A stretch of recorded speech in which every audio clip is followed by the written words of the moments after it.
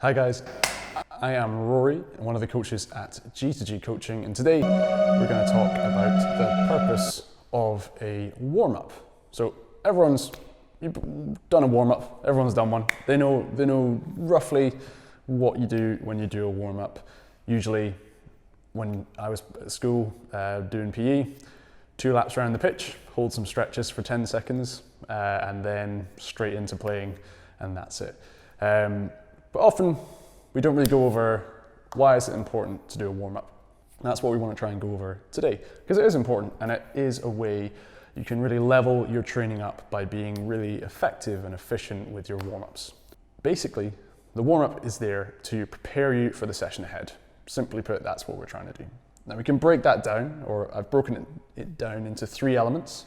There's a physiological element, a movement element, and there's a psychological element. Okay, so when we're thinking about the physiological stuff, you've probably heard of like a warm-up is literally you are trying to increase the temperature internally of the muscle. That's important because a lot of the enzymes that are used in kind of biological processes within muscle cells, they operate much better when there is a higher muscular temperature. So by doing something that's going to warm our body up, causes a little bit of a sweat, but not drenched, then if we're able to do that in a warm-up, that's going to put our performance a little bit higher than if we hadn't done that. The next thing that physiologically we can do in a warm-up and why it's important is pre-activation. So a lot of warm-ups are going to use some form of activating your midsection, activating your glutes usually, and that's because those muscles are used a lot in stabilizing. And if we're thinking this in a gym setting, then we want those muscles to be pre-activated because it's been shown pretty commonly that if you activate a muscle once, it's then way easier for them to be activated again a second time. So if we're able to do it once, then in the warm-up, then we have to use the same muscles during the session. They're much more easily activated and used. So that's why it's a really good benefit in a warm-up to think about the muscles you're going to use in the session and then try and actually activate them a little bit in the warm-up to help you then use them. The next aspect is movement-based. Okay, so this is quite a big one for what we do at G2G Coaching, which is a lot of thinking about how you move. When it comes to movements, we want to try and practice some basics in the warm-up. It gives you the opportunity in a warm-up to practice things that maybe in your full session you are not able to do because there's not enough time. You've got a goal and you're working towards it. It doesn't allow enough space in the session to have some exercises that are relatively basic. And in a warm-up, that's an area where you can still keep those basics in and use that to master them. I've gone through this process a few times where, for example, a plank, when I've leveled up my understanding of how I might be able to activate certain areas or the slight tweaks in technique, you start to notice that there's a deeper level of understanding with a basic exercise. It's almost like you unlock another level in a video game and the application of an exercise just grows exponentially. That's why it's really helpful to think of it as a way of mastering the basics. And that's often using sports as an analogy. Often some of the best athletes or sports people out there say that always it comes down to fundamentals, always comes back to basics. And I think that carries through for just strength training in general. Or if you are an athlete, you can definitely tell that the basic drills that you do over and over again that just become automatic, when the stress is higher, that's what you're going to revert back to. And that's very much the same if you're trying to push yourself in a gym setting or trying to push yourself towards a goal, you'll revert back to those basic movement patterns. And if we're able to master those in the warm-up and keep that practice going, then you'll revert back to that, not to maybe a movement pattern that's not as good or not as efficient, or effective. And that brings on to the frequency of practice. In a warm-up, that gives you a lot of time to practice movements that are going to help you in your session and towards your goal. Because you do it before every single session. It's kind of some space, some time that you can use to put in exercises that you know you're trying to work on. So it could be something you're trying to work on your hip mobility, for example. So you have more exercises in your warm-up that are geared towards working on that on top of what you're doing in your session. So it gives you a way to work on things a little bit more. It gives you more time to do that. And finally, with movement, as I mentioned there, hip mobility.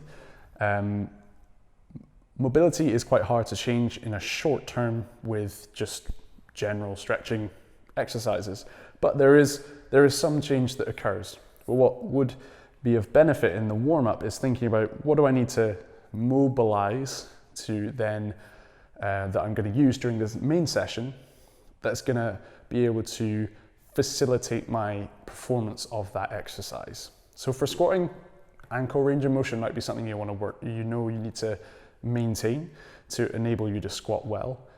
Now, we're not saying warm-ups, doing mobility in warm-ups means that you will get more range of motion. What it probably does do in a warm-up though, is it gives you that short-term mobility, so a slight increase in range of motion that then usually is solidified by the exercises you then do in a session. So it sets you up to be able to be in a better position when you're doing exercise, therefore get a better training effect, and therefore overall you're moving towards your goal a bit faster. So think of it like that, not that mobility stuff will directly impact your flexibility. It's more of a combination of doing some general mobility work or targeted mobility work during a warm-up, and then that feeds into what you're then going to do in the session under more loaded movement patterns. That allows that change in mobility to probably be a bit more effective than just doing general mobility work. Final aspect of the warm-up, by no means least, is the psychological aspect over here. So one way that we think of a warm-up in G2G is a way of kind of gauging readiness. This is just as a coach, when you see people warming up, you can kind of gauge energy levels, you can gauge people's enthusiasm to train. That you definitely pick up on that. And when you're doing warm-ups yourself, it can be a way of checking in with yourself. Often, if we've come from training at home and we've just come straight from a Zoom call with our colleagues, and then we're straight into a Zoom call with a training group, for example, it can be quite hard to disengage between those two realms. And so a warm-up is a way of transitioning between that, okay? And you can then gauge your readiness to train. Maybe you're not sure how sore you feel, but as you go through the movements that you have in your warm-up, that gives you a marker of, okay, I feel more sore than I usually would doing this exercise. Okay, maybe today isn't the best day to go all out and try and smash myself in this session. Maybe it's better to back off today to then put me in a position maybe for the next session I do to be better. Or vice versa, you might warm up and just feel like, oh, everything's feeling really good today.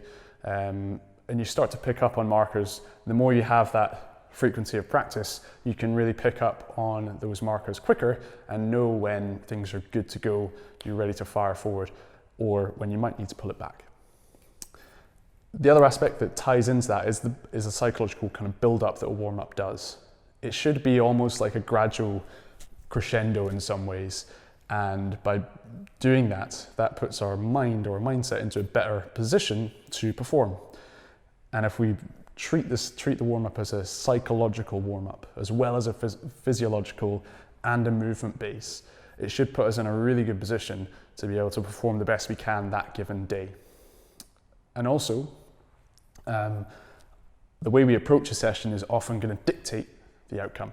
So if we are approaching it in a way that we're ready to get after it, then we're probably going to get a more positive result. So if we view a warm-up as a way of transitioning from different mindsets into a more training mindset, into allow us to have our mindset in a place where we're ready to push ourselves and we feel ready to do that, that's going to be really beneficial for training over the long run. If we're able to do that frequently, again with the frequency of practice, you could argue that this is a practice you can then able to call on when you might need it if you are a more competitive athlete.